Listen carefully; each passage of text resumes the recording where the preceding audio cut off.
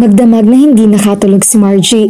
Labis siya nag-alala dahil hindi bumababa ang lagnat ng kanyang mama kahit umiinom ito ng gamot sa tamang oras. Nagsisi tuloy siya kung bakit pinaalis pa niya ang caregiver na ipinadala ni Zyboy. Ayaw pa nga sana niyong umalis dahil nabigyan na raw ito ng 5 buwang sahod ni Zyboy. Gusto na niyang dalhin sa ospital ang mama niya pero wala siyang katulong. Nahihiya naman siyang gisingin si Sheila. Tumingin siya sa orasan. 4:00 na pala ng umaga. Hindi na siya nagpatumpik-tumpik. Iginiyak niya mga damit at gamit ng mama niya bago niya ito sandaling iniwan. Lumabas siya ng subdivision at humanap ng tricycle. Pagsapit ng 11:00 ng umaga ay kinausap ni Margie ng doktor na sumuri sa kanyang mama. Negative ang resulta ng mga lab test na ginawa namin sa mama mo, sabi nito. Siguro na stress lang siya kaya siya nilagnat. I suggest na dalhin mo siya sa mismong doktor niya. Hindi po ba pwedeng kayo na lamang ang tumingin sa kanya? Pwede naman yan, iha. Kaya lamang iuulit tayo sa simula. Kailangan ko alamin ang history ng pagkakasakit niya. Hindi na niya naunawa ng iba pang sinabi nito. Isa lamang ang naiisip niya. Mukhang kailangan niya lumuwas sa Maynila.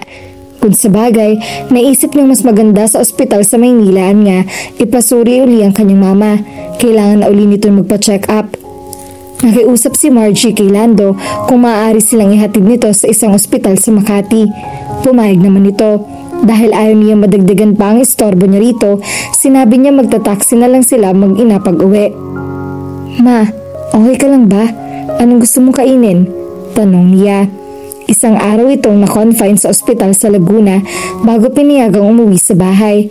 Hindi na ulitin lagnat pero 3 araw pa ang pinalipas niya bago siya nagpasyang umuwi at lumuwas sa Maynila para magtingin sa doktor nito. Enrico, sabi nito habang isa-isang tinitingnan ng nakapilang pasyente. Nakita mo ba si Margie? Kanina lang nakaupo siya dito sa tabi ko. Ma, ako to, si Margie. Pilit niyang pinasigla ang kanyang tinig. Nandito na ako. Gusto mo bang ibili kita ng sandwich o pizza? Sino ka nga ba, Ineng? Nakita mo ba ang anak ko? Lumingali nga siya. Binilang niya kung paang ilan siya sa nakapilang pasyente at kinalkulan niya ang oras na ikukonsumo kung lalabas sila ng klinik para kumain. Napako ang tingin niya sa dulo ng pasilyo. May isang wheelchair doon na may nakaupong lalaki. Naka-side view iyon. Napakunot noo siya. Kung hindi lang siguro niya kausap si Zyboy ng nagdaang araw ay mapagkakamalan niyang ito ang pasyenteng iyon. Bago pa niya natingnan ang lalaki ay itinulak na ng nurse ang wheelchair papasok sa isang pinto. Hindi pa rin nawawala ang kabog ng dibdib niya. Gusto niyang makasiguro nagkakamali siya kaya tumayo siya. Parang may maliit na boses na nagsasabi sa kanyang tingnan niya ang lalaki. Nakalimutan niyang kasama niyang mama niya. Natagpuan niya ang sarili na nakatayo sa harap ng pintong pinasukan ng lalaking kamukha ni Zyboy. Hinawakan niya ang doorknob at nakahanda na siyang pihitin iyon nang tapikin ng isang bata ang kamay niya. Miss, napapitlag siya. Di po ba nanay mo yung nakaupo dun kanina? Tanong nito. Itinuro pa nito ang direksyon ng inuupa nila kanina ng mama niya. Napalingon siya sa direksyong itinuturo nito. Bakante na ang silyang kinauupuan ng mama niya. Napatakbo siya pabalik doon. Natatarantang tinanong niya ang babaeng kasunod nila. Ma'am, nakita niyo ba kung saan napunta yung matandang nakaupo rito? Hindi eh, sagot nito. May kausap ako sa cellphone kaya hindi ko napansin. Ako miss, nakita ko, sabi ng batang tumawag sa kanya. Lumabas po siya ng dun po. Itinuro nito ang fire exit sa kabilang dulo ng pasilyo. Hindi na siya nag-aksaya ng oras. Lakad-tagpo po ang ginawa niya habang sa makarating siya sa fire exit. Pero wala rin ang mama niya. Sa kaliwa niyon ay may pinto papunta sa parking lot. Lumapit siya sa gwardiya na katalaga roon. May nakita po ba kayong matandang babae na lumabas dito? Tanong niya. Opo ma'am, tugon nito. Hinahanap daw niyang anak niya. Kayo po ba yun? Opo, tugon niya. Saan niyo po siya huling nakita? Parang awa niyo na po, tulungan niyo ako. May Alzheimer's kasi ang mama ko. Doon po sa exit. Hayaan niyo po ma'am at iraradyo ko sa lahat ng guard. Maraming salamat po. Naglakad siya patungo sa direksyong itinuro nito. Palingalinga siya. Sinaglahan niya ng matinding takot nang hindi pa rin niya nakita ang kanyang mama. Binalikan niya ang gwardya sa pagbaka sakali na may babalita na ito sa kanya. Pagpihit niya ay nabunggo siya sa isang lalaki. Oops! Dahan-dahan na, Margie. Nag-init ang ulo niya nang makilala na si Zyboy. Hanggang dun ba naman ay sinusundan siya nito? Minabuti niyang huwag na lang itong pansinin. Anong ginagawa mo rito? Tanong nito. Tinarayan niya ito. Wala akong panahong makipagkwentuhan siyo. Nawawala si mama at kailangan ko siyang makita bago pa siya makalayo sa lugar na to. Nagulat ito. Ha? Ganun ba? Tutulong ako sa paghahanap. Hindi na siya tumanggi. Sa mga oras na iyon ay kailangan niya ng tulong. Kailangan natin maghiwalay. Sesyon nito. Tumango siya bilang pagsang-ayon. Nagsimula ng umago sa mga luha niya. Naghiwalay sila at pagkalipas ng ilang sandali ay muling nagkita. Hindi pa rin nila nakikita ang mama niya. Baka nakailayo na siya. Ang mabuti pa hintayin mo ako rito. Kukunin ko yung sasakyan at hanapin natin siya sa paligid ng ospital. Pagkasabi niyon ay iniwan uli siya nito. Naiwan siyang lutang ang isip. Maya-maya ay huminto ang Fortuner sa tapat niya. Bumukas ang pinto sa tapat niya. Sakay na, sabi ni Zyboy. Ang sabi ng guard ay may lumabas daw ng compound ng ospital na isang matandang babaeng tumutugpa sa description ni Tita Clara. Ha? Nahihitakutang sabi niya. Dali-dali na siyang sumakay sa Fortuner. Siguradong hindi pa siya nakakalayo. Pangungunsulan nito sa kanya. Sana nga, sabi niya. Nakatingin siya sa labas ng bintana. Biglang naging ang cellphone nito. Sinagot nito ang tawag. Hello? Oo.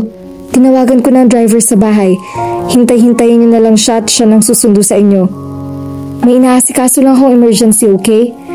Pagkatapos nito makipag-usap ay ibinaba na nito sa dashboard ang cellphone. Bigla nitong tinakpan ng preno kaya muntik na siyang mapasubsob. Si Tita Clara! Bulalas nito. Binuksan nito ang pinto sa tabi nito. Mabilis ang kilos nito. Bumaba ito ng sasakyan at tumawid sa kalsada. Bumaba na rin siya ng sasakyan. Sinundan niya ng tingin si Zyboy.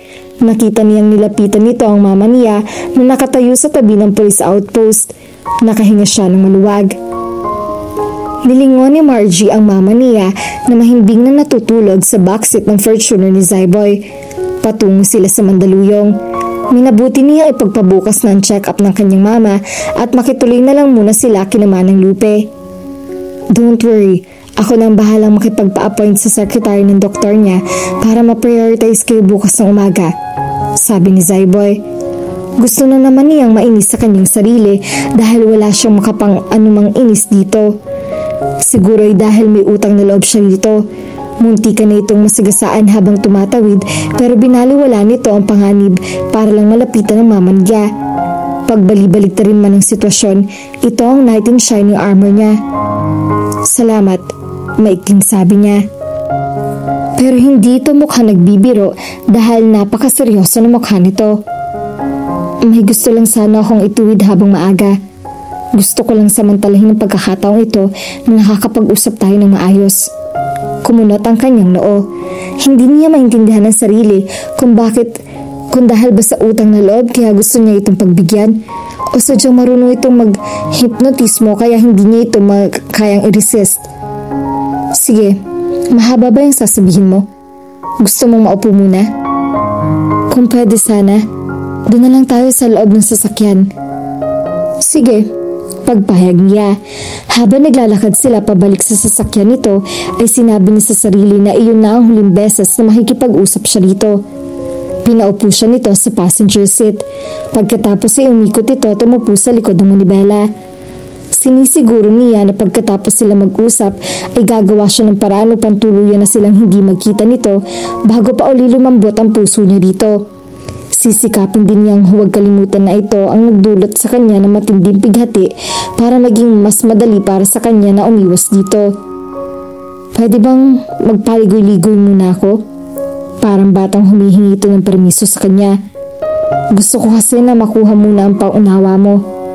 Hindi niya alam kung anong nagpapakyut ito sa kanya dahil sa totoo lang ay nakukitaan siya dito. Nagkibit balikat siya. Sige. I used to be the black sheep of the family. Kumunot ang noo niya at tinignan ang mukha nito. Nagbibiro pa rin ba to? Pero nanatiling seryoso mukha nito. Talaga?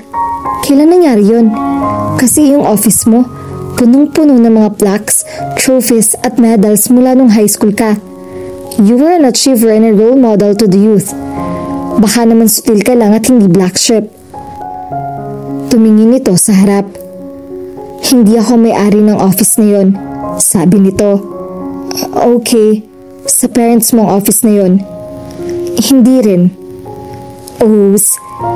Hindi kasi mawala sa isip ko yung sinabi mo na lahi kami ng maluloko, kaya gusto ko nang ituwid ang lahat ng iyon. Sige. Sorry sa nasabi ko. I'm sorry dahil idinamay ko ang lahi nyo. Tiningnan siya nito. Parang wala itong balak na pagsinan ang sinabi niya. Gusto niyang mailang sa pagkakatitig nito sa kanya. Maaaring may ilang miyembro ng pamilya ko na hindi naging tapat sa iyo, Margie. Patuloy nito. Kaya naisipan kong itigil na sa araw na ito ang pagkukunwari ko. Ayoko nang dagdagan pa ang atraso ng pamilya ko sa iyo. Nagkunot no siya. Bumuka ang bibig niya para magtanong pero naunahan siya nito sa pagsasalita. Hayaan mo muna sana ako magpatuloy. Tumahimik siya. May kinuha itong transparent envelope sa dashboard at inabot sa kanya. Inabot niya iyon at binuksan. Tumambad sa kanya mga larawan ni Zyboy habang walang malay na nakahiga sa hospital bed. Napakaraming nakakabit na aparato sa katawan nito at napapalibutan nito ng nurse at doctor na parehong Amerikano. My God! Bulalas niya. Nanayo ang mga balahibo niya. You really had an accident. Hindi ako, Margie. Umiling siya. Hindi pa rin niya maunawaan kung bakit itinatanggi nito ang bagay na iyon gayong ito nakikita niya sa larawan. Dahil iisang larawan pa lang ang nakikita niya, tinulungan na siya nito na buklatin ang iba pang larawan. Ang kasunod na larawan ay kasama nito ang mami at daddy nito. Pagbuklat nito sa kasunod pa ay hindi agad rumihistro sa isip niya na dalawang Zyboy ang nakikita niya. Maaaring graphics lang o kung anumang klase ng teknolohiya ang ginamit sa larawan para dayain ang mga mata niya. Nakahiga sa hospital bed ang isang Zyboy at walang malay. Samantalang ang isang Zyboy nakaupo sa gilid ng kama. Lalo siya naguluhan. Sinabi na nito hindi ito ang nasa hospital bed na iyon. Sinabi rin nitong black sheep ito gayong hindi ganun ang pagkakakilala niya dito. Sinabi rin nitong hindi ito ang may-ari ng opisina sa Dos Montevilla. Saglit na nagakbay ang diwa niya pabalik sa nakaraan. Isang pasyenteng isinakay sa ambulansya ng Montevilla at alam niyang si Zyboy iyon. Nabuhay ang galit sa puso niya nang makita niyang ito rin ang nagmaneho niyon. Kani-kanina lang ay may nakita siyang lalaki na nakasakay sa wheelchair na si Zyboy. Hindi siya maaaring magkamali. Naroon ang isa pang Zyboy para sunduin ang isa pang Zyboy. Pakiramdam niya ay nawawalan siya ng lakas. Ako si Zyjan. Kakambal ko si Zyboy. Ilang sandaling nakatitig lamang si Margie sa lalaking kaharap niya bago niya nagawang magsalita. Kung ganun, ikaw ang nakita ko noon sa Makati Med na nag-drive ng Tucson. Paniniguro niya. At si Zyboy, ang pasyente na nakasakay roon. Oo, tugon ng lalaking nagpakilalang Zyjan. Kadarating ko lang noon mula sa Chicago na maaksidente si Zyboy. Tapos dumiretso kami noon sa airport para dalhin ang kapatid ko sa Chicago. Ang sabi ni Mami, lasing na lasing si Zyboy kaya ito na aksidente. Nagkaroon daw kayo ng pagtatalo. Prior to that, a car accident. Hindi na niya naiintindihan ang mga sinasabi nito dahil isa-isang bumalik sa isip niya ang mga pangyayari mula nung umalis si Zyboy hanggang sa bumalik ito. Iyon pala hindi naman ito ang totoong Zyboy. Kailangan niyang patigilin sa pagsasalita si Zyjan dahil lalo nagpapagulo sa isip niya ang sunod-sunod na revelasyon nito. Pero bakit pinaniwala mo ko na ikaw si Zyboy? Dahil gusto kong ipaghiganti ang kapatid ko dahil ikaw ang dahilan kung bakit siya na aksidente. Patuloy nito. Kaya bumalik ako sa Pilipinas. Nang malaman ko ang ginawa mo, ay wala akong ibang inisip kundi balikan ka at pabayarin ka sa sinapit ng kapatid ko. Gumuhit ang pait sa mukha niya at sinikap niyang makita nito iyon. Kahit natutuliro siya ay naramdaman niya ang paghihirap nito. Parang hindi nito gusto ang mga sinasabi. Sa tingin mo ba ay nakapaghiganti ka na? Tanong niya. Ganun na lang ang pagpipigil niyang mapaiyak. Pero traidor ang mga luha niya dahil sunod-sunod na pumatak ang mga iyon. Sabihin mo lang kung hindi pa sapat ang paghihirap ng kalooban ko ngayon dahil sa mga nalaman ko. Araw-araw kitang patutuloyin sa amin at hahayaan kitang makaganti hanggang sa maging ananos at amanos na tayo. No. Umiling-iling na sabi nito. Patawarin mo ako, Margie. Hindi kita dapat pinag-isipan ng ganoon. How cruel can I get? Tama na. Awat niya rito. Parang awa mo na. Pabayaan mo na muna ako. Tinatanong kung malaking utang na loob sa'yo na natagpuan mo ang mama ko. Pero nakikiusap ako sa'yo. Please, huwag ka na muna magpapakita sa akin. Ilang sandaling tinitigan muna niya ito bago sumagot. Kung iyan ang gusto mo, tila napipilitang sabi nito. Pero sana, hayaan mo muna akong humingi ng tawad for all the trouble my family has brought you. Hindi na siya sumagot. Bumaba na siya ng sasakyan at walang lingon-likod na pumasok sa bahay ni Manang Lupe. Nagkulong siya sa isang kwarto pagkatapos ibilin kay Manang Lupe ang mama niya. Nagdahilan siya na gusto niyang magpahinga. Nakadapa lang siya sa single bed at malayang umiiyak. Pinagsisisihan niya na hindi man lang niya hiniyaang makapagpaliwanag sa kanya si Zyboy noon. Kung sinasabi ni Zyjan na ito ang black sheep ng pamilya, maaring ito ang ama ng anak ni Myrna at hindi si Zyboy. Posible yun dahil iginalang ni Zyboy ang pagkababae niya. Nanariwa din sa alaala niya ang pagtatalo nila ni Zyboy bago ito na aksidente. It was kept secret dahil naging kahihiyan siya ng pamilya. Pero ngayon babalik na siya sa Pilipinas, he will no longer be a secret. Naalala niyang sabi ni Zyboy. Marahil si Zyjan ang tinutukoy nito noon at hindi ang anak ni Myrna. Magkaibang taong tinutukoy nila kaya hindi sila nagkaunawaan. Mukhang ang walang kaalam-alam noon si Zyboy tungkol sa bata. Napagkamalan lamang niya na nagkukunwari itong walang alam. Lalong tumindi ang pagsisising na darama niya kung sana'y pinabayaan niyang makapagpaliwanag doon si Zyboy. Bumangon siya at inayos ang sarili. Naisip niyang hindi pa huli ang lahat. Iisa lang ospital na pinupuntahan nila ni Zyboy. Maari pa uli niyang makita ito roon. Nakabuo na siya ng plano. Kapag nakita ulit niya si Zyboy ay hindi na niya palalampasin ang pagkakataong kausapin ito. Hihingi siya ng tawad dito sa ginawa niyang pagtalikod dito. Hindi na niya hinihiling na magkabalikan pa sila dahil malaki na ang lamat sa kanilang relasyon. Tila mahirap pa uling ayusin iyon. Pero bigla siya natigilan nang maisip na paano kung si Zyboy na nga ang ama ng anak ni Myrna. Ibinalik ni Margie ang mama niya sa ospital.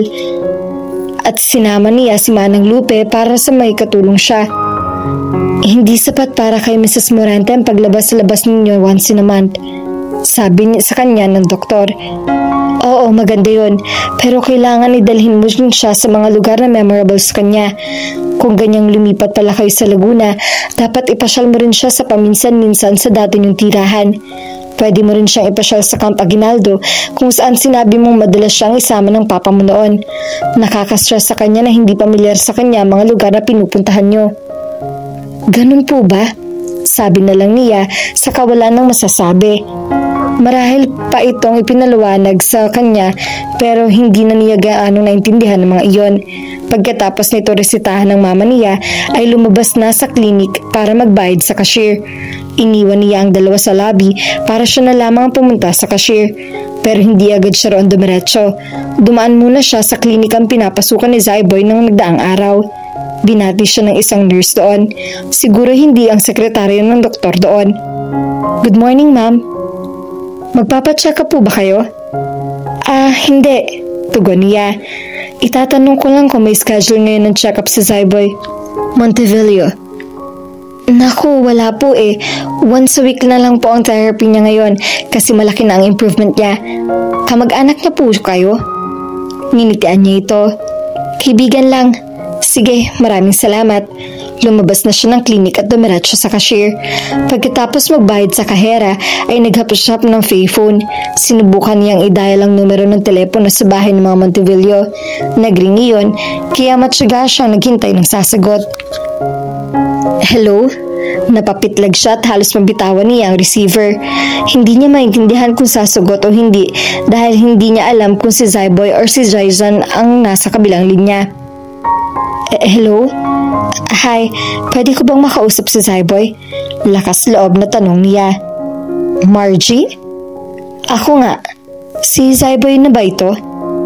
Si Zyjan to. Kung gusto mo makausap si Zyboy, pwede siyang ihatid sa inyo. Hindi agad siya nakaimik. Hanggang marari ay ayaw na sana niya magkaroon ng komunikasyon sa kahit sinong miyembro ng pamilya ng Montevilla kung mapapatotohanan niyang niloko siya noon ni Zyboy. Nakahanda naman siyang magpakumbaba kung nagkamali lang siya sa paghatol dito. Kung nagawang magtapat sa kanya ni Zyjan, ano kaya kung ito lang ang tanongin niya tungkol sa gumugulo sa kanyang isip? Saka na lang siguro. May gusto lang sana akong itanong. Naisip kong nagtapat ka na rin lang sa tungkol sa kay Zyboy. Pwede bang lubos-lubusin mo na? Kung hindi ko siya makakausap ngayon, pwede bang ikaw na lang ang tanungin ko? Oo, sige. Ano yun? Nagkaanak ba si Zyboy sa ibang babae bago kami nagkaroon ng relasyon? Ilang segundo ang hinintay niya bago narinig ang pinakahihintay na sagot. Ano ka ba? Paano yun magagawa sa'yo ni Zyboy? Hindi yun kayang gawin ng kapatid ko. Kung ganun na ako ang ama ng batang yon, Margie. Ginamit ko ang pangalan ni Zyboy para paglaro ng damdamin ng mga babae. Pagkatapos na makuha ko ang gusto ko kay Myrna, tumakas na ako papunta sa Chicago. Hindi niya maintindihan kung bakit nadismaya siya sa sinabi nito. Hindi rin niya nakuha ang sagot kung bakit hiniling niyang sana ay si Zyboy na lang ang ama ng bata. Nanlulumong ibinaba ni Zyjan ng receiver ng telepono pagkatapos nila mag-usap ni Margie. Parang pagod na ibinagsak niya ang kanyang katawan sa couch. Ang pagtakpa ng kapatid sa ginawa nitong panloloko kay Margie, ang tanging alam niyang paraan para makabawi siya sa ginawang panloloko sa kapatid at sa dalaga. Naisip kasi niyang wala namang relasyon ng mga ito nang mabuntis si Zyboy si Myrna. Isa pa ay tao lang si Zyboy na nagkakamali. Sa ginawa rin niyang iyon ay nangangahulugang ipinaubayan na niya si Margie sa kanyang kapatid. Bro, napapitlag siya. Palapit sa kanya si Zyboy pero hindi ito naka-wheelchair kundi walker. Halatang sinisikap nito makalapit ng mabilis sa kanya.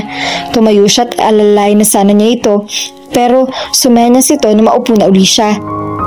Hindi na nga ako nagpapaakay sa nurse eh. Tila pagkamamalaki nito. Malapit ka nang gumaling ng tuluyan, sabi niya at saka siya umiti. Pinaghahandaan mo na siguro ang pagkikita niyo ni Margie. Nakita mo na ba siya? Tumango siya. Bago pa lang tayo bumalik dito sa Pilipinas ay alam ko na kung nasan siya dahil ipinahanap ko siya. Pagtatapat niya, inaasahan na niyang mabibigla ito at magagalit sa kanya. Bakit mo ginawa yon? Dahil gusto ko makabawi sa pamilya natin, sagot niya. Naisip kong hanapin si Margie para ipaghiganti ka sa sinapit mo. Siya may kagagawan kung bakit na-aksidente ka, hindi ba? Napilitan ng panlulumo ang pagkabigla nito. Umiling-iling ito. Wala siyang kasalanan sa nangyayari sa akin. Maaaring ang wala, pero siya ang... I was drunk, pero hindi ako ang bumangga. Ako ang binangga ng truck. Siya naman ang nabigla sa sinabi nito. Pero hindi yan ang sinabi sa akin ni Mommy na lumabas sa investigasyon. Ako ang nasa mismong aksidente. Kaya ako ang makapagsasabi ng totoong nangyari. Tumayo siya at tumayo sa tapat nito. Tapatin mo nga ako, bro. Ayaw ba ni Mami kay Margie para sa'yo? Hindi sa ayaw niya kay Margie. Ayaw niya sa kahit sinong babaeng nakakarelasyon ko. Yun ba ang dahilan kung bakit hindi mo napanagutan ng babaeng naanakan mo? Huli na para ma-realize niyang na ipagkanulo na siya ng kanyang dila. Hindi na niya mababawi ang sinabi niya. Titig na titig sa kanya si Zyboy at nakakunot pa ang noon nito. Pakiramdam niya ay sukol na siya at wala na siyang ibang may pagpipilian kundi magtapat sa kapatid. I'm sorry, sambit niya. Napaupo uli siya sa couch at tinakpan ng mga palad ang kanyang mukha. Anong ibig mong sabihin? Kanino mo nalaman yan? Hindi natuloy ang plano kong paghihiganti kay Margie dahil nalaman ko agad na kaya siya nakipaghiwalay sa iyo ay dahil sinaktan mo siya ng sobra-sobra. Nalaman pala niya nagkaanak ka sa ibang babae. Totoo ba yan, bro? Pinilit itong umupo. Inalalayan niya to. Kay Myrna? Nagkaanak ako kay Myrna? Totoo ba? Paniniguro niya. Hindi niya malaman kung bakit may kakaibang kirot sa puso niya dahil pinagtakpan niya ito kay Margie tungkol sa bagay na iyon. Pero paano nangyaring hindi mo alam? Mula sa kung saan ay sumulpot ang kanilang ina, napansin niyang namumula mga mata nito. Mukhang kanina pa ito umiiyak. I'm so sorry to interrupt you boys, sabi nito. May kumislap sa mga luha sa mga mata nito. Kanina pa ako nakikinig sa usapan nyo at hindi na ako makatiis. Marami kayong taong mga tanong sa isa't isa, gayong nasa akin ang lahat ng kasagutan. Ha? Tiningnan niya ito. What do you mean, Mom? Umupo ito sa tabi ni Zyboy at tinapik-tapik ang kamay ng kapatid niya na nakahawak sa walker. Pinuntahan ka rito noon ni Myrna. Simula nito. You were in a conference in Singapore during that time, pero hindi ko sinabi sa kanya na nandoon ka. May mahalagang bagay ron siyang sasabihin sa'yo. Good news daw, pero sinabi ko na sa Chicago ka at inaasikaso mo ang titirhan mo roon. Gulat na gulat siya. Noon niya sinabi na buntis siya at ikaw ang aman dinadala niya. Nagulat ako pero nagsinungaling pa rin ako. Kunwari sinabi mo sa akin na tinatapos mo ng lahat sa pagitan ninyo at may pakakasalan ka ng iba sa Amerika. Suminghot-singhot ang mami nila. Sa pagkabigla nila ay biglang tumayo si Zyboy at isinalya ang walker. Nakapaglalakad dito ng diretsyo hanggang sa corner table at isinalya ito doon. Paano mo nagawa yun, Mom? Nanunumbat na tanong nito. Kaya pala tinatawagan ko si Myrna noon pero hindi ko siya makontak. Pagbalik ko sa Pilipinas, hindi ko na siya nakikita kahit kailan. Hindi ko na lamang nag-anak na kami. Pinagsisisihan ko ang lahat, Zyboy. Mapagkumbabang sabi ng mami nila. Kaya nga pinagtapat ko na ito sa inyo ngayon. Hindi ko na kayang dalhin sa konsensya ko ang kasalanan na gawa ko. That's nonsense, Mom. Sabad niya. Ilang taon na ngayon ang bata. I mean, yung pamangkin ko. Bakit ngayon mo lang pinagsisisihan ang lahat? Sobrang dami nang nadamay at nasaktan. Lalo na ang inosenteng batang iyon. I'm gonna make it up to you, Zyboy. Sabi ng mom nila. Nakita ko sa mall noong isang araw ang iyong mag-ina. Naantig ang puso ko nang makita ko ang apo ko. Kamukhang kamukha mo siya, anak. Humingi na ako ng tawad kay Myrna. Inalam ko na rin kung saan sila nakatira ngayon. Bago bumalik sina Margie sa San Pedro, Laguna, ay kinausap niya ang umuupa sa bahay nila. Ipinakokonsumo na lang niya sa mga ito ang advance payment na 3 buwan dahil babalik na silang mag-ina roon. Nagpasya na siyang manirahan uli sa Maynila. Bukod sa makakatulong sa mama niya ang mag-alala sa bahay nila, wala na rin siyang kailangang paglaguan. Buo na ang pasya niya na maghanap uli ng trabaho sa Maynila. Kapag may malilipatan na siyang trabaho, ay saka siya magbibitiw sa firm. Ano bang inaasahan mo? Tanong sa kanya ni Manang Lupe habang nag-e-empake siya. Malapit na lumubog ang araw at kailangan na nilang umuwi sa Laguna dahil may pasok pa siya kinabukasan. Babalikan ka pa ba ni Zyboy? Umiling siya. Hindi ko po alam, pero ang alam ko, sigurado magkakausap po uli kami. Pag-uusapan namin kung ano man mga hindi namin natapos noon. Kung babalik siya sa'yo, makikipagbalikan ka pa ba? Hindi na siya nakasagot dahil lumapit ang mama niya at inagaw nito sa kanya ang bag na nilalagyan niya ng mga gamit nila. Binuksan nito ang zipper. Bakit, ma? Nagtatahang tanong niya. Hindi niya kinuha rito ang bag. Hinintay niya ang susunod na gagawin nito. Itinaktak nito ang lahat ng laman ng bag. Parang may hinahanap ito. Dito ko lang yun nilagay kanina, sabi nito. Ang alin po? Tanong niya. Iyong singsing ko. Tila naaalarmang sabi nito, mangyak-ngyak na ito. Natatandaan ko dito ko lang yun nilagay. Bakit wala na rito? Sinong kumuha ng singsing ko? Bigayin sa akin, Enrico. Hinawakan niya ang kamay nito. Ipinakita niya rito ang singsing na nakasuot sa isang daliri nito. Ito ba yun, ma? Tinitigan nito ang singsing at hinimas-himas iyon. Naku, salamat, Ining. Saan mo to nakita? Nagkatinginan sila ni Manang Lupe. Nakita niya sa mga mata nito ang matinding awa para sa kanyang ina. Magpabukas na kaya kayo? Suhestyon nito. Napagod na naman siguro si Clara kaya hindi ka na naman nakilala. Binalik niya ang tingin sa kanyang ina.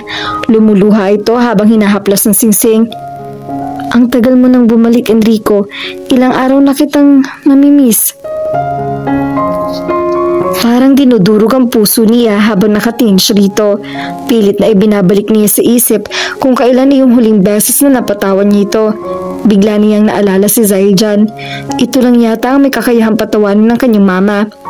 Kailan ba uli sila magkikita nito? Nagsisisi siya na ipinagtabuyan niya ito at pinakiusapang huwag nang magpapakita sa kanya. Hindi niya inakalang paninindigan nito ang pinag-asang-ayuyan nila na huwag nang magpapakita sa kanya. Base sa pagkakakilala niya rito ay napakakulit nito. Kahit ilang beses niya itong ipinagtabuyan noon ay nagpumilit pa rin itong makausap siya. Napangiti siya nang maalala kung gaano ito kakulit at kung gaano kalayo ang personalidad nito kay Zaiboy. Noon lang niya lubusang inamin sa sarili na mas gusto niyang makasama si Zaijan kahit nung hindi pa niya alam na si Zaijan nga ito. Tuluyan na siyang napangiti nang maalala niya kung paano nito napapatawa ang mama niya. Nakakunot ang noon ni Manang Lupe nang masulyapan niyang nakatingin ito sa kanya. Mag-aalas 11 na ng umaga nang makauwi sa Laguna sina Margie. Gaya ng sesyon ni Manang Lupe, doon sila nagpalipas ng gabi sa Maynila. Kinahapunan ni binisita nila si Lando at Sheila. Kinumusta siya ng mga ito. Ano, babalik na kayo sa Maynila? Mas nanghihinayang si Sheila kaysa sa nabigla. Ikaw lang ang sisterit ko rito, tapos iiwan mo lang ulit ako. Malungkot ako. Ako rin naman tugon niya. Huwag ka mag-alala, 3 buwan pa kami rito bago bumalik sa Maynila. Ngumuso ito. Sa tingin mo, makakonsol mo ako sa sinasabi mong yan? Huwag ka naman ganyan. Saway nito kay Lando. Hinagod nito ang likod ng asawa. Diba kaya lamang naman sila napapunta rito ay dahil may pinagtataguan si Margie? Nakita rin natin na hindi magandang epekto kay Aling Clara ng pagtatago nila. Siguro nga ay mas makakabuti sa mama niya na bumalik sa bahay nila. Kung sa bagay, may sasakyan naman tayo. Pwede tayong dumalo sa kanila tuwing weekends, sabi nito. Pero teka, pag-iba ni Lando sa usapan. Hindi pa rin ako get over sa ikinikwento mo kanina na hindi pala si Zaiboy yung nangungulit sa'yo nitong mga nakaraang araw. Oo nga, friend. Pagsigunda ni Sheila. Ako rin, hanggang ngayon, hindi pa rin ako makapaniwala sa mga sinasabi mo. Pues, maniwala na kayo. Ang totoo, sobrang nabigla rin ako nang ipagtapat sa akin ni Zaijan ang lahat tungkol sa kanila ni Zaiboy. Pero nakagat over din naman agad ako dahil tuwing nagpapakita sa akin si Zaijan, ibang pagkatao nakikita ko. Malayong malayo sa pagkatao ni Zaiboy. I see. Tumatangong sabi ni Sheila. Hindi nakaligtas sa paningin niya ang mapanuksong ngiti nito, pero bigla rin itong nakabawi. Ano na naman ang ibig sabihin ng ngiting yan? Pabirong sita niya rito. Tumawa ito. Kasi naman, parang may kakaiba ding diin sa comparison mo roon sa kambal. Feeling ko, mas pabor kay Zaijan. Hinampas niya ito ng throw pillow. Malisyosa ka talaga. I was just stating a fact. Hay nako, dito nga muna kayo at ipagtitimpla ko muna kayo ng kape. Hindi na niya hinintay ang sagot ng mga ito. Tumayo na siya at nagtungo sa kusina. Kanina ko pa nga yung hinihintay. Pahabol ni Lando. Tumawa siya. Ang totoo ay nakahanap siya ng dahilan para iwasan ang panunodyo ni Sheila. Kilalang kilala siya nito. Kahit hindi siya magsalita ay nababasa nito ang kalooban niya. Pero pinili niyang iwasan ang panunukso dahil useless malaman ng mga ito ang nilalaman ng puso niya. dahil kahit sa ang anggulo tingnan ay maging sila ni Zaijan. Ito ay malabo. Nasa opisina ng Isabella Kitchenette si Margie. May nakapagsabi sa kanya na may job opening sa Makati branch ngayon at dahil malapit lang yun sa bahay nila ay hindi na siya nagdalawang isip na mag-apply. Nag-exam siya at pagkaraan ng 3 araw ay nakatanggap ng tawag mula sa personal secretary na may-ari. Pagkatapos pag-aralan ng credentials mo, sinabi sa akin ni sir na ikaw ang kuning kapalit ko bilang personal secretary niya. Sabi ng magandang babae. Namilog ang mga mata niya sa labis sa tuwa. By the way, you need to read this contract before you sign it. Iniabot nito sa kanyang isang folder. Pwede mo itong iuwi para mapag-aralang mabuti bago mo pirmahan.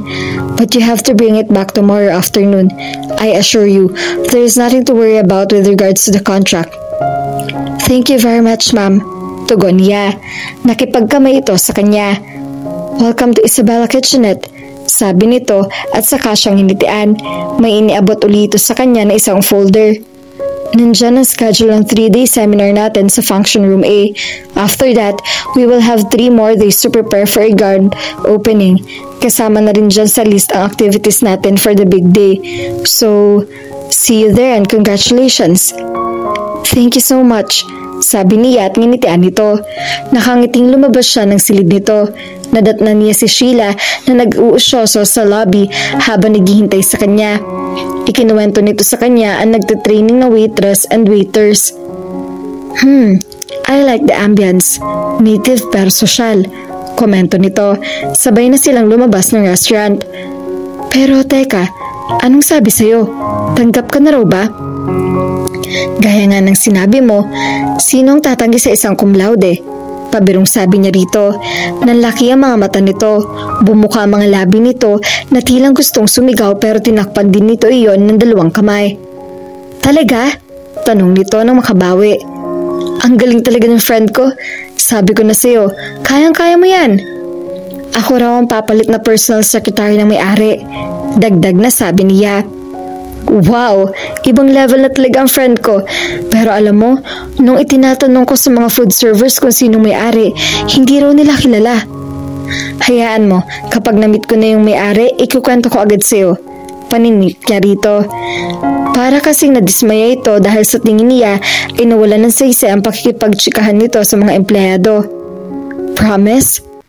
Promise, sagot niya. Bilisan na natin dahil tutulungan pa natin si Manang Lupe sa pag-aayos ng mga gamit namin sa bahay. Kinagabihan, pakiramdam ni Margie ay binugbog ang katawan niya sa sobrang pagod sa maghapong paghakot at pag-aayos ng mga gamit nila sa bahay.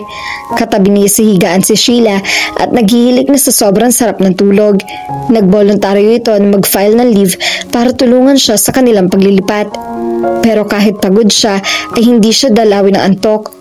Pagod na pagod ang katawan niya pero pakiramdam niya ay mas pagod ang isip niya. 3 buwan na ang nakalilipas mula nang huli silang magkita ni Zaijan. Hindi na siya nito ginambala tulad ng hiling niya. Hindi na siya umaasa magkikita uli sila pero naguguluhan siya kung bakit nanghihinayang siya na nagwakas agad ang pagkakakilala nila. Bumangon siya at kinuha ang kontrata sa ibabaw ng mesa. Pumunta siya sa sala at binuksan ang ilaw. Binasa niya ang kontrata. Totoo nga ang sinabi ng sekretarya na madaling unawain ang nakasaad sa kontrata. Malinaw na nakalagay roon ang mga benepisyong matatanggap niya sa loob ng 2 taong matatali siya sa kumpanya. Pagkatapos niya yung basahin ay pinirmahan na niya ang kontrata. Pagkalipas ng ilang araw ay bumalik na sa dati ang buhay ni na Margie. Mukhang nag-enjoy si Manang Lupe na pagsilbahan silang mag-ina. Kahit hindi nila sabihin sa isa't isa, alam nila sa kanilang mga sarili na nagtuturingan na silang magkakapamilya. Sina lamang na daw ang nag-aalagaan nito, lalo na at may kanya-kanya ng pamilya ang 3 anak nito. Oh ma, a-attend lang ako ng seminar today ha. Yung best friend mo na uli ang bahala sa'yo. Iinumin mo mga gamot mo. Wala na akong lagnat, sabi nito. Sinalat pa rin ang leg nito. Sino nga best friend kong sinasabi mo? Si Manang Lupe, sagot niya. Maya-maya ay paparito na siya. May inaayos lang siya sa bahay nila. Hindi pa siya halos tapos magsalita ay may kumatok na sa pinto. Oh, haya na siguro si Manang Lupe. Iniwan niya ito sandali at binuksan niya ang pinto. Natigagal siya sa pagkakakita sa lalaking nasa labas ng pinto. Margie, magandang umaga. Zyboy? Aniya sa isip. Natitiyak niyang si Zyboy ang kaharap niya dahil maputla tumpak ang pisngi nito at may hawak itong stainless na tungkod. Maari ba tayong mag-usap? Tanong nito sa hirap ng pagsasalita. Parang nagsusumamo ang mga mata nito. Parang natulos sa mga paa niya sa kinatatayuan. Hindi siya makakilos at makapagsalita. Kahit matagal na niya itong hinihintay para makausap, ay iba pa rin pala kapag kaharap niya na ito. Hindi niya alam kung saan siya mag-uumpisa. Tiningnan niya ang kanyang wristwatch. 1 oras pa ang dadaluhan niyang seminar. Gusto sana niyang makarating ng maaga sa Isabella Kitchenette pero imposibleng iyon dahil hindi sa pagdating ni Zyboy. Sandali lang, sabi nito. Gusto ko lang humingi ng tawad. Kumunot ang noo niya. Ha? Anong ihihingi mo ng tawad? Ako nga may atraso sa'yo dahil hindi ko man lang pinakinggan ang paliwanag mo noon. Naputol ang pag-uusap nila nang dumating si Manang Lupe. Oh, Margie, bakit hindi mo pasukin ang bisita mo? Sabi nito paglapit sa kanila. Natigilan nitong nang makita kung sino ang bisita. Zyboy? Ngumiti si Zyboy. Hello Manang Lupe. Kumusta? Ay naku, wala ka nga palang ipinagkaiba sa kakambal mo. Halika nga at pumasok ka muna sa loob para makapag-usap kayo ng maayos. Si Margie talaga, oo. Sobra excited yata kaya hindi ka na hinayaang pumasok. Hindi na lamang siya nagkomento. Minuwestrahan niya si Zyboy na pumasok. Nauna sa kanila si Manang Lupe. Pinagpaganito ang sofa. Dito ka maupo, sabi nito kay Zyboy kapag kuwaning nilingon siya nito. Nasaan si Clara? Nasa kwarto na ho, sagot niya. Binalingan nito si Zyboy. Dito ka muna asikasuhin ko lang ang pagligo ni Clara. Tumango ang binata. Iniwan na sila ni Manang Lupe. Kumusta na si Tita Clara? Tanong sa kanya ni Zyboy. Umupo siya sa kakaibayong sofa nito. Ganon pa rin, sagot niya. May sakit pa rin siya. Ilang sandaling naghari ang katahimikan sa pagitan nila. Limitado lamang ang oras niya kaya dapat na sila mag-usap nito pero wala pa rin siya mahagilap na salita. Margie, sa wakas ay sabi nito. Hirap pa rin nito magsalita. Yung tungkol sa sinasabi mo kanina? Na sana ay pinakinggan mo ang paliwanag ko noong huli tayo ng pag-uusap. Oo. Iyon naman ang dapat, hindi ba? But I was so immature then. Inuna ko ang sarili kong damdamin. Pero useless din kung nagpaliwanag ako sa'yo noon. Sagot nito. Ha? Bakit? Nagtatakang sabi niya. Gusto sana niyang malaman kung may pagtingin pa rin sa kanya si Zyboy. Parang estranghero na kasi ito sa harap niya. Wala siyang makapangdamdamin para dito. At wala rin siyang mabakas na kahit anong damdamin sa mukha nito. Dahil hindi ko alam noon na nagkaanak pala ako kay Myrna. Yumuko ito na tila ikinahihiyang sinabi. Napaalis siya sa pagkakasandal sa sofa. Tiningnan niya ng mabuti ang kaharap kung si Zyboy ba ito si Zyjan. Hindi siya maaari magkamali. Si Zyboy ang kaharap niya. Itinaago sa akin ni Mami noon ang katotohanan. Patuloy nito. Nasa Singapore ako noon nang pumunta si Myrna sa bahay para sabihin magkakaanak na kami. Pero sinabi sa kanya ni Mommy na nasa Chicago ako at nagpapakasal na sa ibang babae. Nang bumalik ako sa Pilipinas, inanap ko si Myrna. Pero hindi ko na siya nakita. Pero ang sabi sa akin ni Zyjan ay siya ang ama ng batang iyon. Dahil gusto lang niya akong pagtakpat sa'yo. Ha? Bakit niya gagawin yun? Dahil gusto niyang mawala ang hinanakit mo sa akin. Tiningnan siya nito. Dahil gusto niyang makabawi sa akin. Matagal ka na pala niyang natagpuan pero hindi niya sinabi sa akin gayong ipinapahanap kita sa kanya. Kahit marami pa siyang gustong malaman kung bakit nagawa ni Zaijan mga bagay na narinig niya mula rito, ay mas importante sa kanyang malaman ang tungkol sa kanilang dalawa ni Zaiboy. So, ipinapahanap mo rin ba ang iyong mag-ina? Tanong niya. Importante sa kanyang malaman kung sino ang mas mahalaga rito, kung siya o mag-ina nito. Nakita na sila ni Mommy at nakuha na rin niya address nila. Sagot nito. Gusto ko lang malaman mo na huminto ito.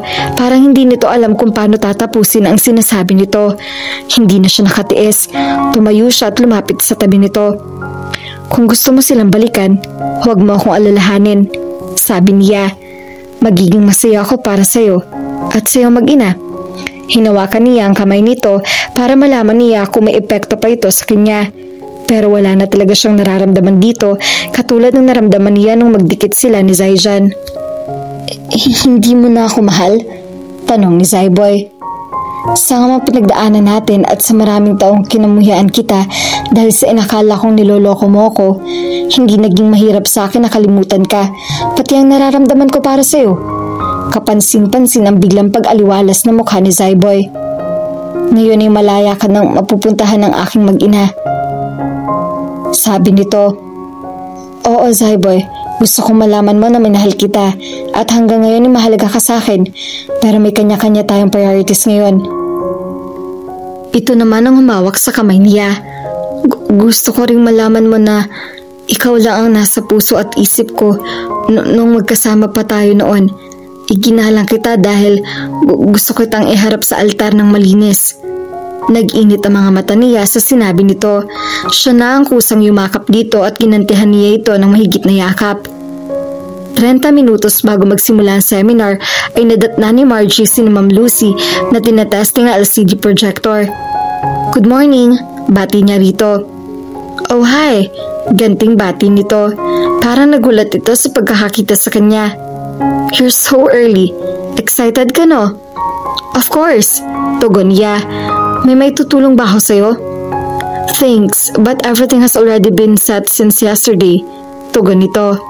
Siya nga pala, after the grand opening today, hindi mo na kailangan or hindi mo na ako makikita rito.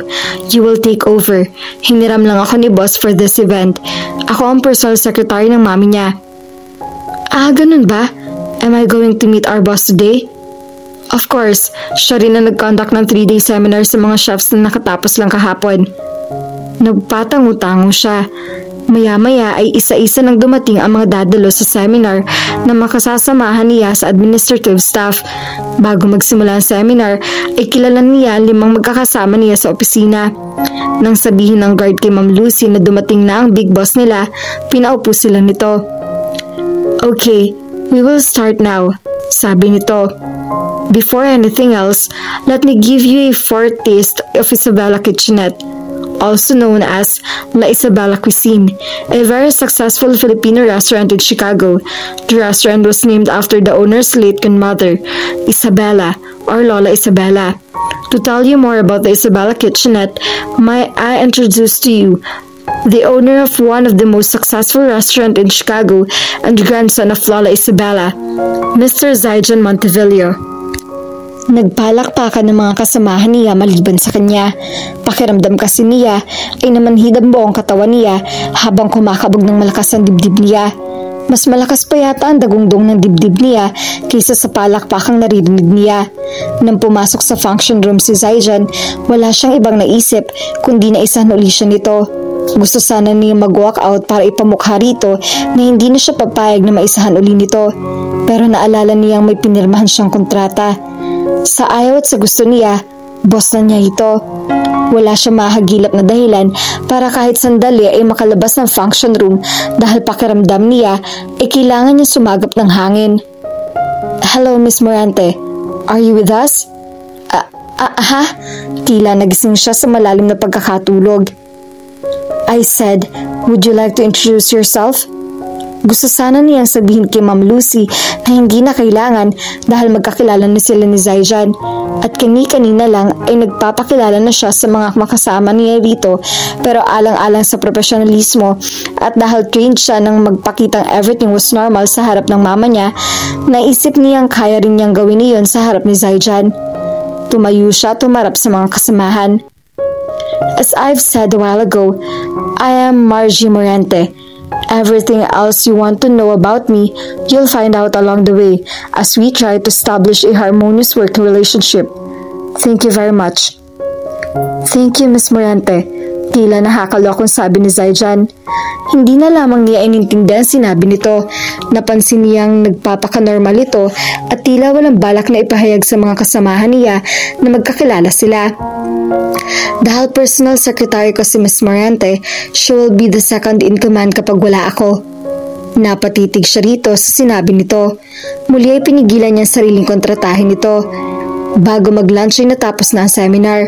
Nakakuha siya ng pagkakataong sumaglit sa powder room. Hindi niya inaasahang inaabangan pala siya ni Zaijan sa hall. Ang tagal mo naman sa powder room? Nagre-reklamong sabi nito.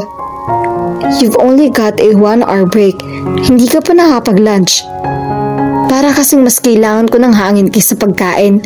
Sagot niya. Pinilit niyang hindi maging sarkastiko pero tila ganun pa rin ang tono niya. Alright, sabi nito. Magsasalita na sana siya pero naunahan siya nito. I can't blame you. Alam ko na bigla ka na ako ang boss mo. Hindi lang nabigla, sir. Sabi niya na binibigyan ng salita at huli ang salitang diin. Pakiramdam ko, pinaglalaroan na naman ako. Okay, I admit, sinadya kong hindi ipaalam sa'yo na ako magiging boss mo. Pag-amin nito, alam kong kailangan mo ng immediate job nang ma-forward sa office ko ang credentials mo. Naisip ko, baka umatras ka kapag nalaman mong ako may-ari ng Isabela. So ano to? Parte pa rin ng paghiganti mo sa akin? Patuloy na panunumbat niya. Nagpipilit lang siyang maging matatag sa harap nito. Titig pa lang nito ay nanghihina na ang mga tuhod niya. Itinali mo ako sa 2 taong kontrata dahil 2 taon mo na akong gagawing alipin? Margie, will you forget about the revenge thing? Walang kinalaman ang nakaraan sa pag-hire ko sa'yo. Paano ako maniniwala sa'yo? Hanggang sa huling pag-uusap natin, nagsisinungaling ka pa rin sa akin. Rumihistro ang pagkabigla sa mukha nito. Kinausap ako ni Zyboy kahapon. Pinuntahan niya ako sa bahay at sinabi niya sa akin na siya ang totoong ama niyang anak ni Myrna. Nahinto siya sa pagsasalita dahil nakita niyang papunta sa direksyon nila ang 3 kaopisina niya. Marahil ipupunta mga ito sa powder room. Biglang sumreyoso mukha ni Zaijan. Miss Morente, sumunod ka sa akin sa opisina ko. Hindi na nito hinintay na makasagot siya. Tumalikod na ito. Sinundan niya ito ng tingin. Parang natitiyak nito sa sarili na susunod siya rito. Dahil ayaw niya magtaka mga kasamahan niya. Napilitan siyang sumunod. Pagpasok niya sa opisina nito ay sinanyasan siya nito na umupo sa silya. Dito tayo mag-usap dahil napaka-personal ang pinag-uusapan natin. Sabi nito at itinukod nito ang mga braso sa mesa. Kung hindi paghihintahan pa kayo mo sa akin at kung naaawa ka lang dahil kailangan ko ng trabaho, maaari bang kapag nakahanap ako ng ibang trabaho ay pakawalan mo na ako sa kontrata ko? Diretsang sabi niya. Pwede bang maupo ka muna para makapag-usap tayo ng maayos? Humalikip-kip siya. Okay lang ako na nakatayo. Sagutin mo na lang ang tanong ko para matapos ng usapang ito. Nilapitan siya nito at hinilas sa braso. Pilit na pinapaupo siya nito. Nang makaupo siya ay tinaikod nito ang 2 kamay sa magkabilang armrest na tila hinaharangan siya nito para makatayo. Nakayuko ito kaya halos nagdikit ang mga mukha nila.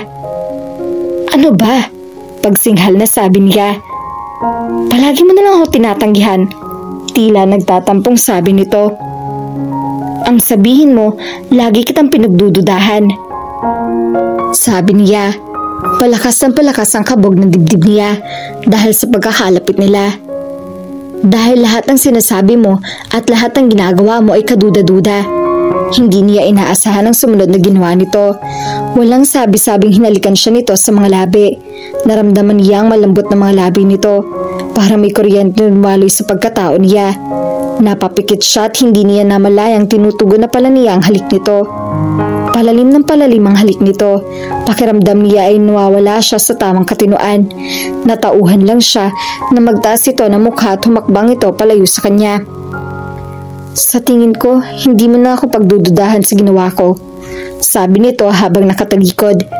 Pakiramdam niya ay binuhusan siya ng malamig na tubig. Hindi na niya kakayanin pa magtagal kahit isang sandali sa kwartong iyon. Hindi na niya kayang salubungin ang tingin nito. Labis na kahihiyan ang nararamdaman niya para sa sarili.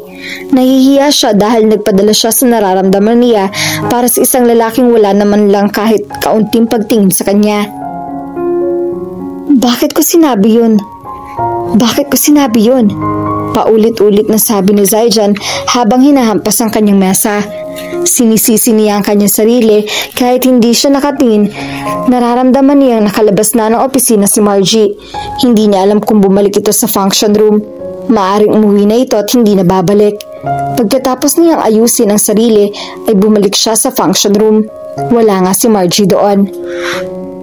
I asked Miss Morante to settle some important matter so she will not be with us for the rest of the day, sabi niya sa mga empleyado para hindi magtaka mga ito.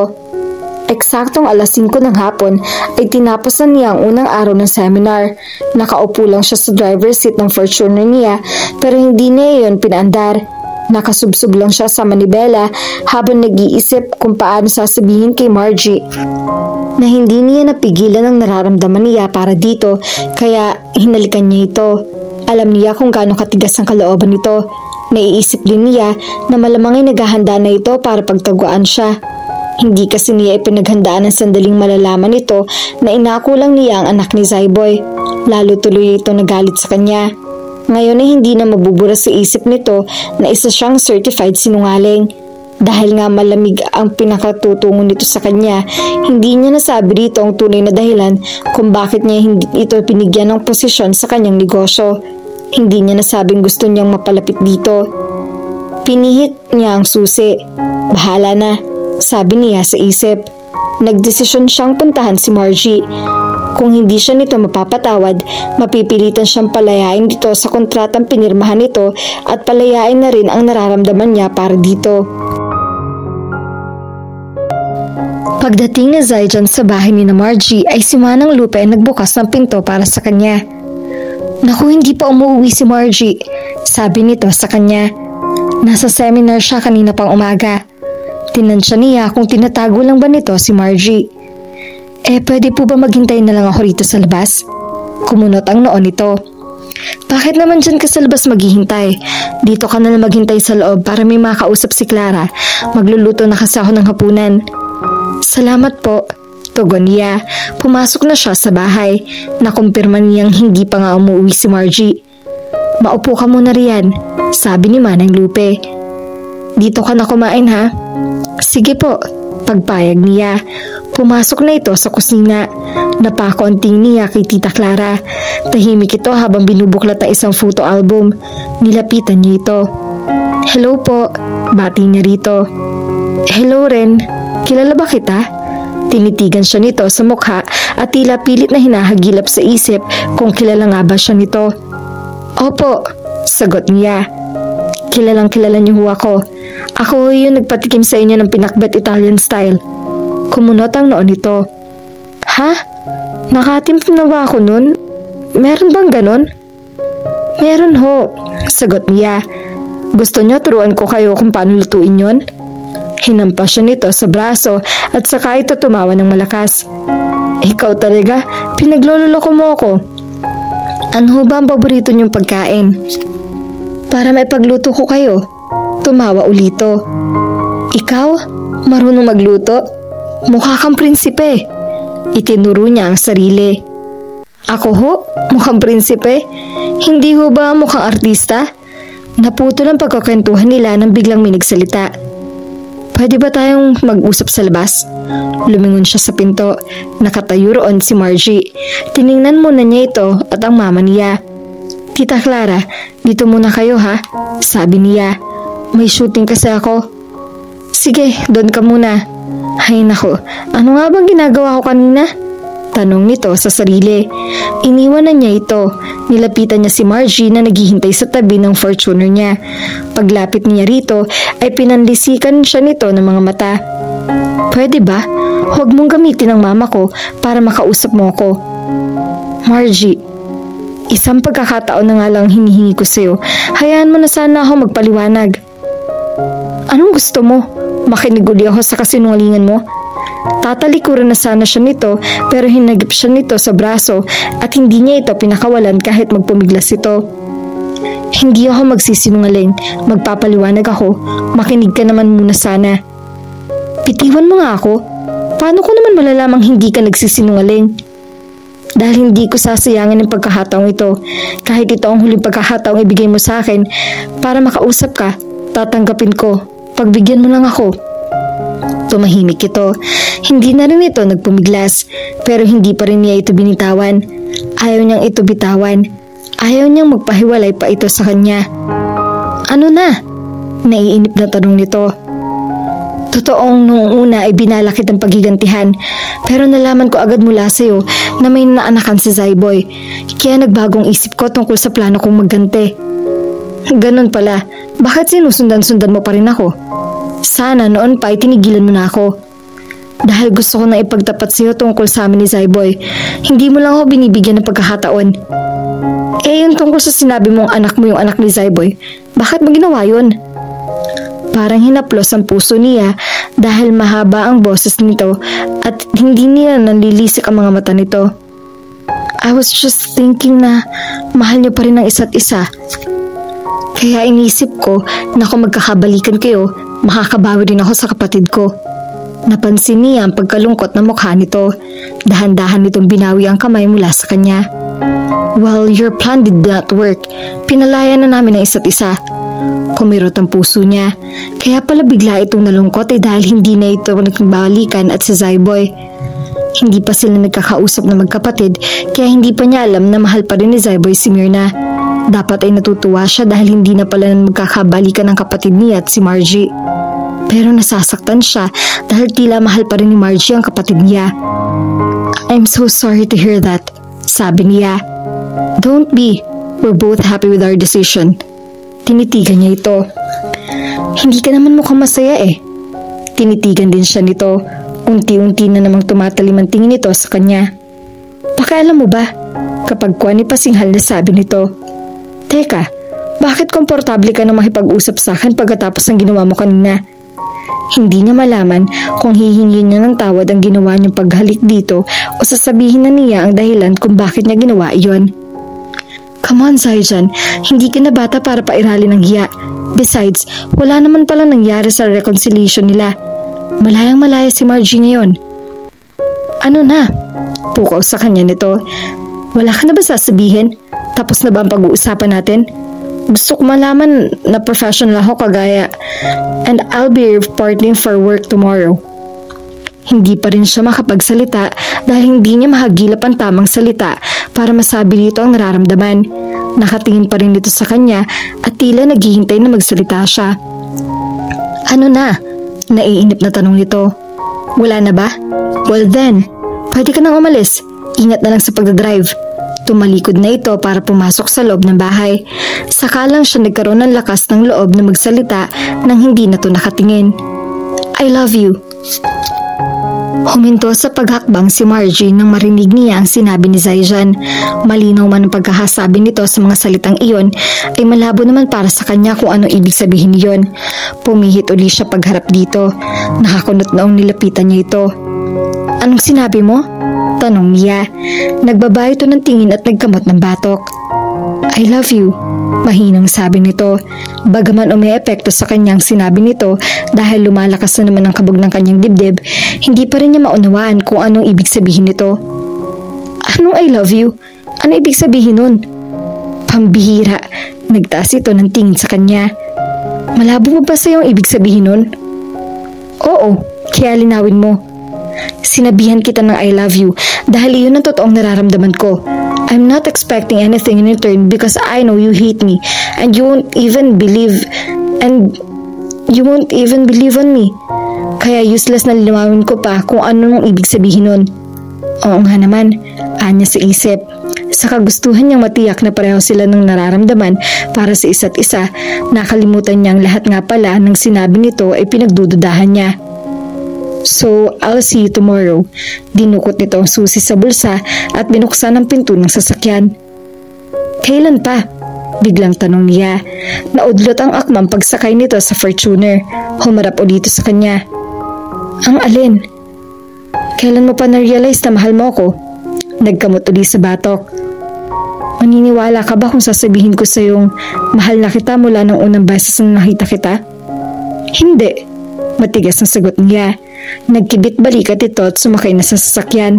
Isasara na sana nito ang pinto nang pigilan niya ito. Parang kailan lang ipinamimigay mo sa kapatid mo. Tapos ngayon, sasabihin mo mula nung makita mo ako, mahal mo na ako. Hindi kita pinamimigay. Pagtatama nito sa kanya. Ipinauubaya kita dahil ang akala ko'y nagmamahalan pa rin kayo. Hindi ba gano'n naman talaga nagmamahal? Nagpapaubaya? Huminga ito ng malalim. Parang nauubusan na ito ng pasensya. Tumingin ito sa malayo pagkatapos ay tumingin sa kanya. Bakit ba interesado kang halukayin ng nararamdaman ko? Wala ka namang pinaniniwalaan sa lahat ng sinasabi ko. Hindi agad siya nakasagot. Hanggang maaari ay ayaw niya magkamali ng sasabihin. Mahirap na. Baka parte pa rin iyon ang paghiganti nito sa kanya. Dahil magkasama sa ayos trabaho, gusto ko lang makasiguro na hindi mo ako pinaglalaroan. Siya na nagsara ng pinto ng sasakyan nito at dire-diretso na siyang pumasok sa loob ng bahay nila. Pabiling-biling si Margie sa kanyang higaan. Inaantok na siya pero ayaw pa niyang matulog dahil ninanamnam pa niya ang pag-uusap nila ni Zaijan. Ayaw tanggapin ng isip niya na niloloko at pinaglalaroan lang siya nito. Nararamdaman niyang iisa ang damdamin nila nang halikan siya nito. Di naman niya mga labi niyang dinampian nito ng halik. Natatawa siya sa kanyang sarili dahil kahit nagpapakita siya ng galit dito ay hindi rin niya naitatago na nagugustuhan niyang ginagawa nito. Hindi tuloy niya alam kung anong klaseng pakikitungo ang gagawin niya rito kapag nagkaharap ulit sila kinabukasan. Para kasing hindi na niya kayang magpakita ng galit dito. Ang totoo ay naniniwala siya sa lahat ng sinabi nito. Ang ikinagagalit lang niya rito ay yung pag-ako nito sa anak ni Zaiboy. Bakit siya ipinabayan nito sa kapatid nito kung may pagtingin din naman pala ito sa kanya? Pero ngayong alam na niyang pagmamahal na sa kanya ang dahilan kung bakit ito nagpaubaya, wala na marahil siyang dahilan para magpakita ng galit dito. Maganda ang gising ni Margie at napuna iyon ni Manang Lupe. Mukhang maganda ang gising mo ah. Manang Lupe naman, sabi niya at saka itong initian. Hindi niya alam kung anong kakaiba sa gising niya. Nakangiti ba siya habang lumalabas ng kwarto o humuhuni ng love song? Maganda talaga ako kahit bagong gising eh. Iba ang ganda kapag bagong gising at iba rin yung maganda ang gising. Naku Manang Lupe, kahit gusto-gusto ko pang bulahin niyo ako, kailangan ko ng maligo dahil ayoko malit sa seminar ko. Pagkasabi niyon ay nagtungo na siya sa banyo. Hindi ka ganyan nung kayo pa ni Zaiboy. Pahabol na sabi nito. Sinundan pa iyon ng malutong na tawa.